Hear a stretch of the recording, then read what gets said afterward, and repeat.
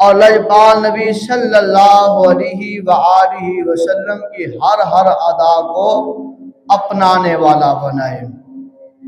تمام ثنائیں بھی اسی کریم خدا کے لیے ہے، تمام التجائیں بھی اسی کریم خدا کے لیے ہے، اور تمام دعائیں بھی اسی کریم خدا کی پاک بارگاہ کے لیے ہے کہ جس کریم خدا نے ساری کی ساری کائنات کو بنایا ہے۔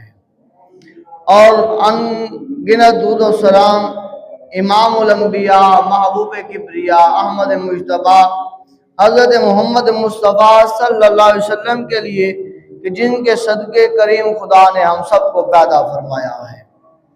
آج جمعۃ المبارک کا موضوع بھی گزشتہ جمعہ اس کے مطابق ہے کہ توحید باری تعالی، آج بھی اسی پر گفتگو ہے۔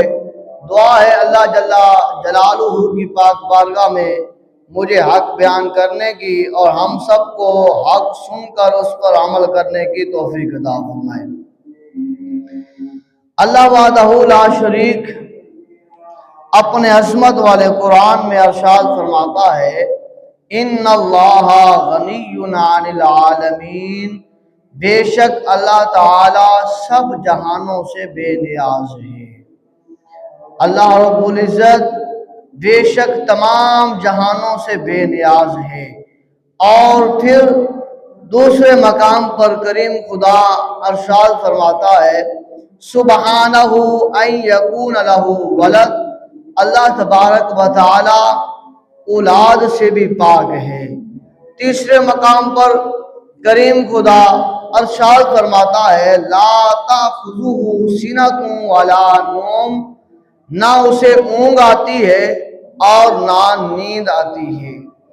چوتھے مقام پر کریم خدا ارشاد فرماتا ہے، لہ ما فی السماوات و ما فی الارض، جو کچھ آسمانوں میں ہے اور جو کچھ زمین میں ہے سب کا سب اللہ کا ہے۔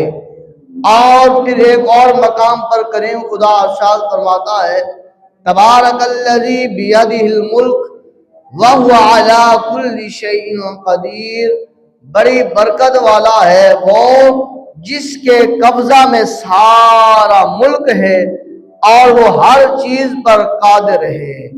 یہ حقیقی اوصاف اللہ تبارک و تعالیٰ کے ہیں۔ یہ جو بیان کیے جا رہے ہیں، یہ اوصاف، یہ شان، یہ عظمت، یہ مقام، یہ کس